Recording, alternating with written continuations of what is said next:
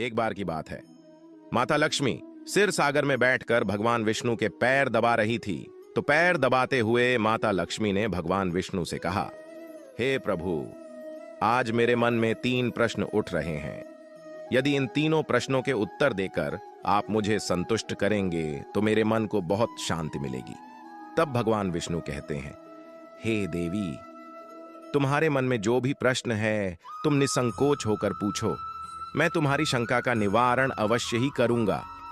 तब माता लक्ष्मी कहती हैं, हे प्रभु, वह कौन सी स्त्री होती है जिसके भाग्य में संतान सुख नहीं होता है?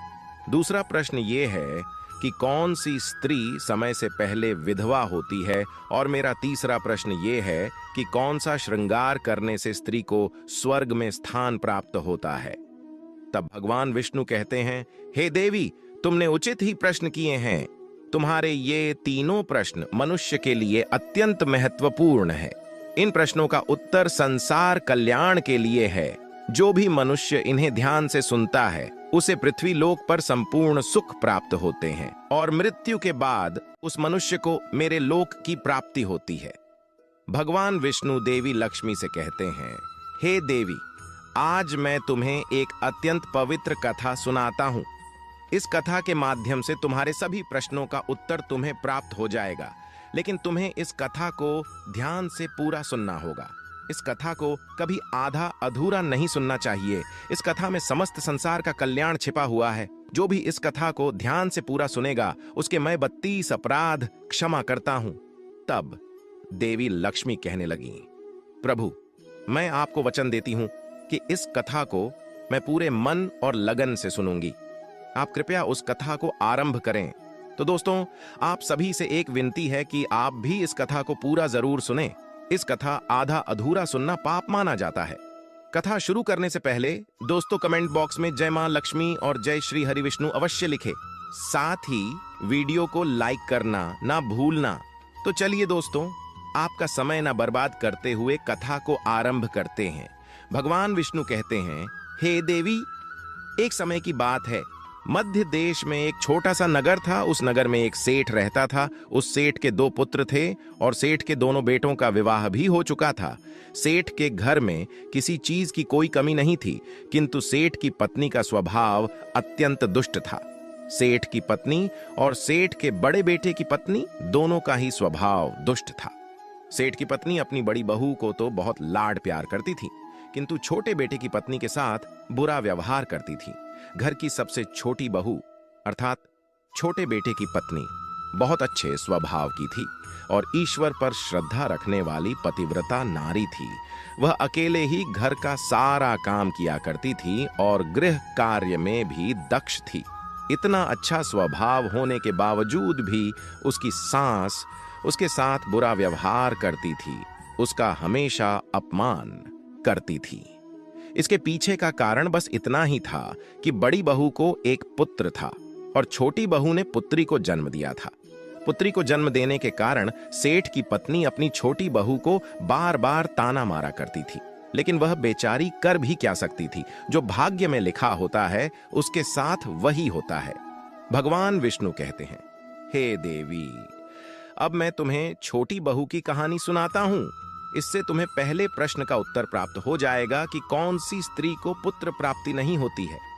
हे देवी, सेठ की जो पत्नी थी वह पहले से ही दुष्ट और कुटिल स्वभाव की थी। उससे उसकी सास भी परेशान थी। सेठ की पत्नी अपनी छोटी बहू को सबसे ज्यादा दुख देती थी। छोटी बहू का नाम था मुस्कान और मुस्कान को सताने में उसकी सास को बहुत आनंद आता था। मुस्कान बेचारी रोज सुबह वह ब्रह्म मुहूर्त में जागकर अपने घर के सारा काम मुस्कुराते हुए कर लिया करती थी और दिन भर काम करने के बाद उसे रात्रि को ही सोने को मिलता था। इतना होकर भी सेठ की पत्नी अपनी छोटी बहू से द्वेष करती थी। जब छोटी बहू झाड़ू लगाती तो उसकी सास आकर उसे प्रतिदिन ताना मारा करती थी कि तेरे हाथ में जान नहीं है, क्या तू जल्दी जल्दी झाड़ू लगा, मैं मंदिर जा रही हूं। मेरे लौट कर आने से पहले तू भोजन बनाकर तैयार रखना और आते ही मैं उस भोजन को ग्रहण करूंगी। और सुन, अन्न का एक दाना भी बर्बाद ना हो पाए। बेचारी मुस्कान चुपचाप अपनी सास का अत्याचार सहन करती थी और अपनी सास की हर आज्ञा का बड़ी ही विनम्रता से पालन करती थी। फिर छोटी बहू खाना बनाते हुए सोचने लगी कि मैं घर का इतना काम करती हूं, लेकिन फिर भी मैं चैन की सांस नहीं ले पाती हूं। मेरी सासू माँ किसी न किसी बात को लेकर मुझे ही ताना मारती रहती है। पता नहीं कब उनकी ताना देने की आदत जाएगी। मुस्कान इतना सोच ही रही थी कि तभी घर के दरवाजे पर खटखटाने की आवाज सुनाई दी। छोटी बहू ने सोचा, अभी तो भोजन तैयार भी नहीं हुआ है। लगता है मेरी सासू माँ आज जल्दी लौट आ गई हैं। अब वह फिर से ताना मारेगी। तब मुस्कान ने दरवाजा खोला तो उसने देखा कि द्वार पर एक सन्यासी खड़ा हुआ है। वह सन्यासी मुस्कान से कहने लगा, बेटी सदा सुहागिन रहो। तुम इस सन्यासी के लिए कुछ भोजन का दान करो। हे पुत्री, मुझे बड़ी भूख लगी है। तब मुस्कान ने सोचा, अगर मैं इस सन्यासी को भोजन करा दूं और इतने में मेरी सांस आ गई तो मेरी खैर नहीं। कुछ देर तक विचार करने के बाद मुस्कान ने सोचा, यदि मैं सासू मां के ताने के डर से इस सन्यासी को भोजन नहीं कराऊंगी तो मुझे पाप लगेगा और मेरा सारा पुण्य नष्ट हो जाएगा। इतना सोचकर मुस्कान ने उस सन्यासी को घर के अंदर बुला लिया। अतिथि धर्म का पालन करते हुए मुस्कान उस सन्यासी को भोजन कराने लगी। उतने में ही उसकी सास घर पर आ पहुंची और उस सन्यासी को घर के अंदर भोजन करते हुए देखकर उसे बहुत गुस्सा आ गया।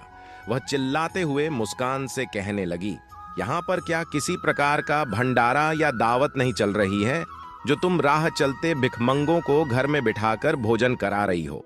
मुस्कान ने अपनी सास से बड़ी गिनती की, लेकिन मुस्कान की सास ने बहू की एक नहीं सुनी और उसकी सास ने उस सन्यासी को घर से बाहर निकाल दिया और उसके भोजन को उठाकर कचरे में फेंक दिया।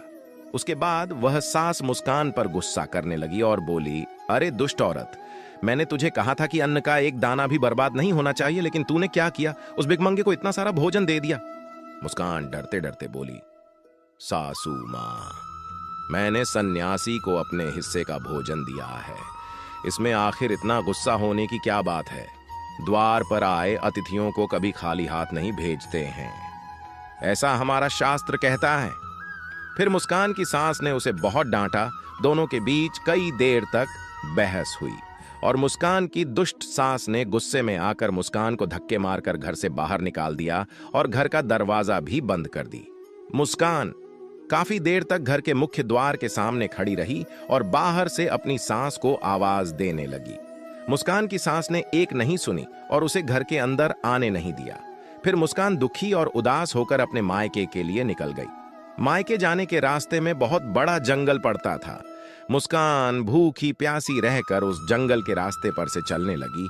तभी उसी समय अचानक जोर जोर से बादल गरजने लगे और मूसलाधार बरसात होने लगी। बारिश से बचने के लिए मुस्कान एक वृक्ष के नीचे जाकर खड़ी हो गई।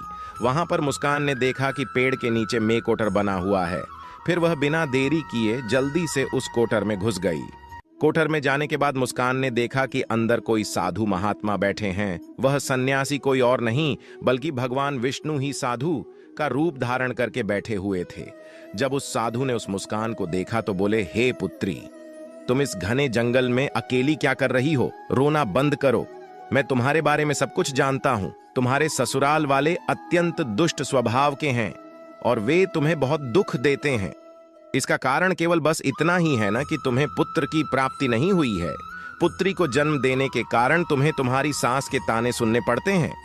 हे पुत्री, तुम चिंता मत करो, मैं तुम्हें एक पर्ची देता हूं। इस पर जो भी उपाय लिखा हुआ है तुम उस उपाय को पूरे मन के साथ करो, फिर तुम्हें एक गुणवान पुत्र की प्राप्ति होगी। फिर मुस्कान ने वह पर्ची ली और वो साधु वहां से अचानक से गायब हो गया। यह चमत्कार देखकर मुस्कान बहुत प्रसन्न हुई और जब बारिश रुकी तो मुस्कान का पति उसे ढूंढते हुए उस स्थान पर पहुंच गया।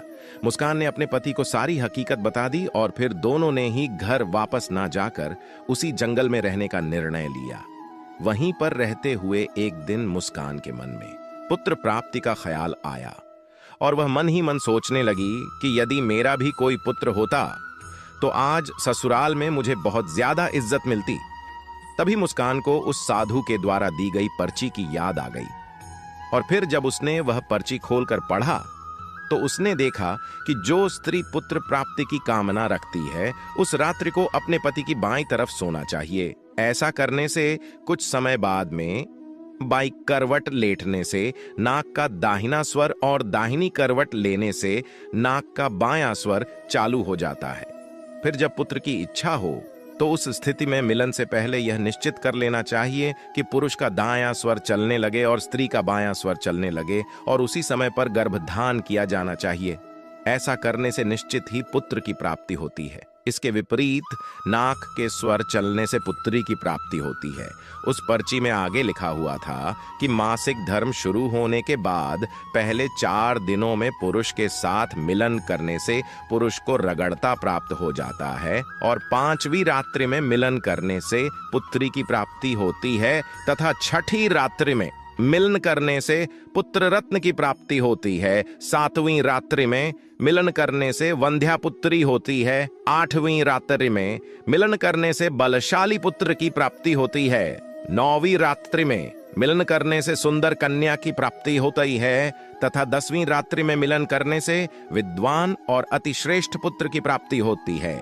11वीं रात्रि में मिलन करने से सुंदर आचरण वाली कन्या प्राप्त होती है। 12वीं रात्रि में मिलन करने से गुणवान पुत्र होता है। 13वीं रात्रि में मिलन करने से लक्ष्मी स्वरूपा पुत्री होती है। 14वीं रात्रि में मिलन करने से गुणवान, बुद्धिमान तथा बलवान पुत्र होता है। फिर मुस्कान ने मासिक धर्म के बाद 14वीं रात्रि में अपने पति के साथ मिलन किया और उसके बाद गर्भ धारण किया। फिर दूसरे दिन मुस्कान का पति जंगल में लकड़ी काटने के लिए चला गया और मुस्कान घर पर पड़ी रही। फिर अचानक से तेज तूफान आया और मुस्कान की झोपड़ी उड़ गई। फिर मुस्कान दौड़ती हुई उसी पेड़ के कोठर में जाकर रुक गई जहां पर उसे वह साधु मिला था। मुस्कान वहां अपने पति की राह देख रही थी कि अचानक वहां पर 2 राक्षसी आ गई। वह राक्षसी अत्यंत मायावी थी। फिर उन्होंने उस कोटर के साथ पेड़ को उड़ाकर एक ऐसे स्थान पर चली गई जहां पर बहुत सारा सोना था। जब मुस्कान ने यह दृश्य देखा तो वह चौंक गई। मुस्कान पेड़ के कोटर में ही छिपी रही।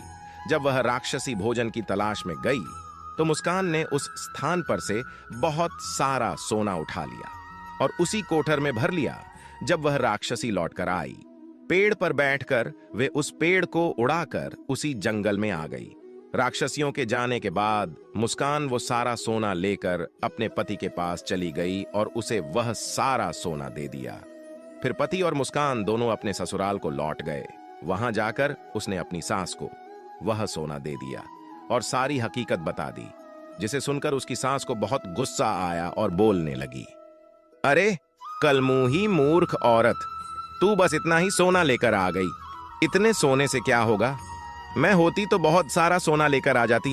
फिर उसकी सास भी उस जंगल के कोटर में जाकर छिप गई और राक्षसियों की राह देखने लगी। तभी वह 2 राक्षसी वहां पर आई और फिर उन्होंने उस कोटर को उड़ाकर एक बर्फीले पहाड़ पर ले गई। यह देखकर सास बहुत क्रोधित हो गई और बोलने लगी, ये कहां लेकर आई है? यहां तो बस बर्फ और मिट्टी है। तभी उन राक्षसियों ने उसकी आवाज सुनी और देखा तो एक बूढ़ी औरत पेड़ के कोटर में छिपकर बैठी है। फिर उन्होंने उस सांस को बाहर निकाला और उस बर्फीले पहाड़ पर फेंक दिया। जमीन पर गिरते ही उसकी मौत हो गई। इधर मुस्कान बड़े आनंद के साथ रह रही थी, लेकिन मुस्कान की सांस काफी दिन हो गया नहीं लौटी। तो मुस्कान ने जाकर उस कोटर में देखा तो वहां पर उसकी सांस नहीं थी। उसे समझ में आ गया कि लालच के कारण उसकी सांस की मृत्यु हो गई। भगवान विष्णु कहते हैं, हे देवी, जिस स्त्री को पुत्र प्राप्ति की कामना है उसे मैंने मुस्कान को दी हुई पर्ची में बताए गए उपाय जरूर करने चाहिए। तुम्हारा दूसरा प्रश्न यह था कि किस कारण से स्त्री जल्दी विधवा होती है। तो जो स्त्री अत्यधिक लालच करती है वह स्त्री जल्दी विधवा होती है, और जो स्त्री चरित्र का गहना पहनती है उसे मृत्यु के पश्चात स्वर्ग की प्राप्ति होती है। एक स्त्री को अपने चरित्र का त्याग कभी नहीं करना चाहिए। तो दोस्तों, इस प्रकार से भगवान विष्णु ने माता लक्ष्मी को यह कथा सुनाई थी। उम्मीद है कि आपको भी यह कथा पसंद आई होगी। दोस्तों, अगर कथा पसंद आई हो तो वीडियो को लाइक करके, चैनल को सब्सक्राइब करके बेल आइकन ऑल पर प्रेस कर लीजिए। और अपने दोस्तों और फैमिली में वीडियो को शेयर अवश्य करना, जिससे सभी को जानकारी प्राप्त हो सके। दोस्तों, वीडियो पूरा देखने के लिए आप लोग का धन्यवाद।